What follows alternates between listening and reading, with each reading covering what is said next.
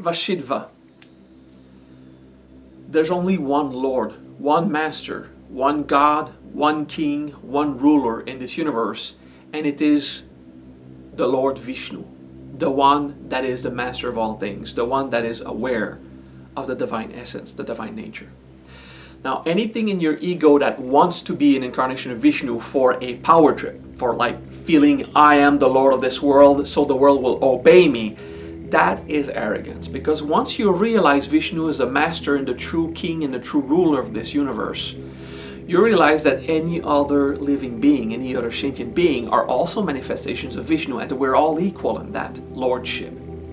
So the arrogance that rises when we first have the feeling, I'm God, I'm divine, I'm the ruler of this universe, or sometimes I'm a master, I'm a savior of this world, I'm the only one that can save people.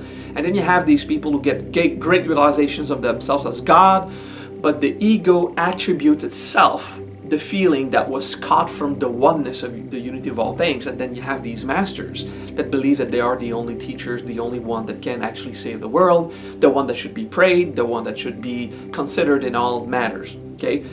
Because they applied locally to one single ego a feeling that is experienced by all consciousness in the universe.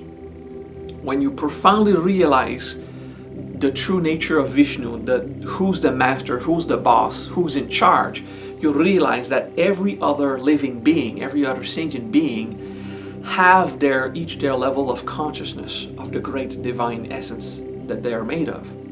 So we're all equal in this, okay? It's more like with Vashitva you realize that everything is dominated by the divine, that nothing was ever played out just by nature. So all parts of you that do not believe in your divine essence will still feel, like with Vashitva, will still feel that you're just a slave and a victim of what happens in nature.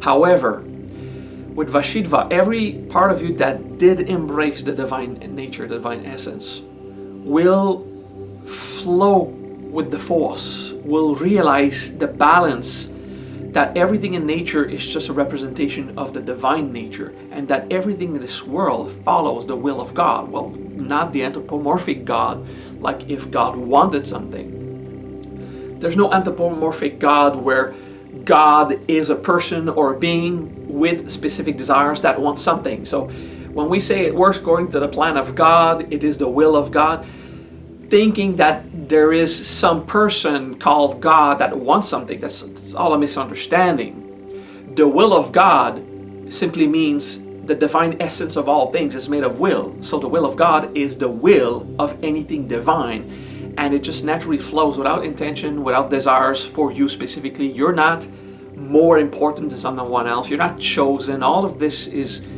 religious stuff is bullshit. Once you realize the true nature of the universe, you realize how beautiful and divine and equal everything is. And instead of being a victim of this world, you become in charge in proportion of how much divine nature you've accepted that you're made of. Okay? Vashitva. The only ruler, the only boss, the only king is Vishnu. God is the only master. And that God is universal and everywhere. It's not a person. It's the consciousness that is all things. Flow with that, and you'll stop being a victim of this world, and you'll see that everything fits around you perfectly. And most of the time, whatever satisfies you will also come to satisfy someone else. It won't be someone has to suffer for someone else to be happy. It'll be collaborative, and everyone is happy because everyone ends up getting what they really desire. Vashitva.